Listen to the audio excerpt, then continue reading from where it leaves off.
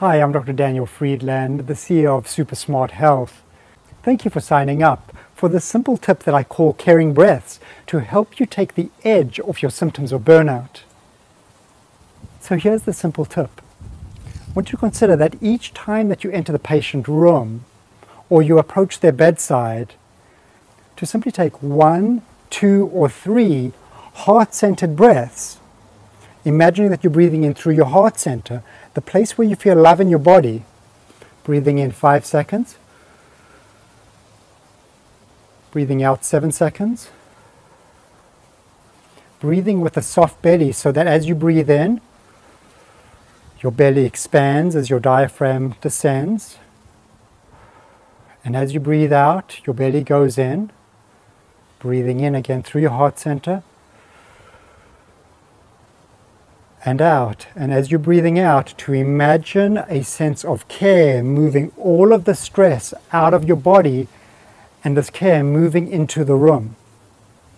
And then as you do this, just before you enter the patient room or you approach the bedside, to then also seed a question, how can I best serve this patient that I'm about to see? Now let me share with you why this works. Typically when we're running behind in our day and we're feeling overwhelmed with a crushing patient load, we can be in a state of fight and flight where we're revved up. And as we do so, it puts our brain into a survival mode away from our higher circuits that include circuits of empathy and compassion. By pausing and taking 3 heart-centered breaths, it activates your parasympathetic nervous system to offset your sympathetic nervous system that's driving your stress response to begin with, which over time can drive you into a chronic state of burnout and disconnect you from your patients and the significance in the work that you're doing.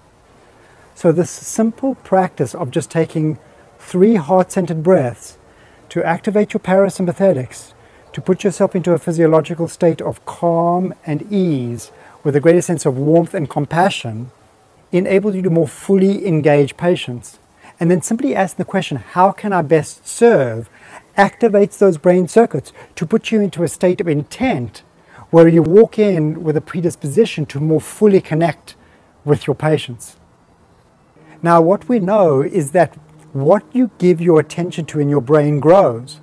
So if you create the habit of doing this, every time that you either walk through the patient room or you actually walk to the bedside, the habit of 1, 2, or 3 simple heart-centered breaths, how can I best serve? Your brain will change your physiology and you'll begin to experience your patients in a whole new way. Not only will you experience your patients in a whole new way, but the way that your patients respond to you will also change. Because through these circuits of emotional contagion, we're wired to connect.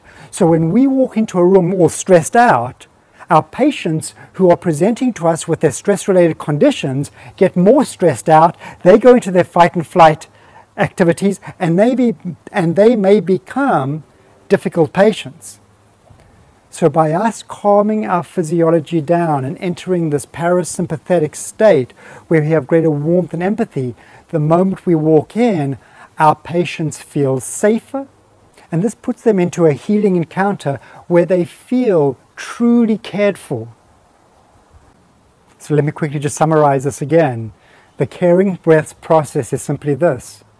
We're taking 1, 2, or 3 simple heart-centered breaths. Imagine we're breathing in through our heart center with a soft belly. Breathing out, the care all the way out into our body, with the intent of creating a practice of this each time we approach the bedside, or for that matter, using this process at home when you're experiencing stressful situations with your loved ones or with your friends. So I hope that you find this tip very helpful in the way that it reconnects you with your patient and rediscover a greater sense of significance in the important work that you do. The habit of doing this caring breath process puts the care back into healthcare and into your life.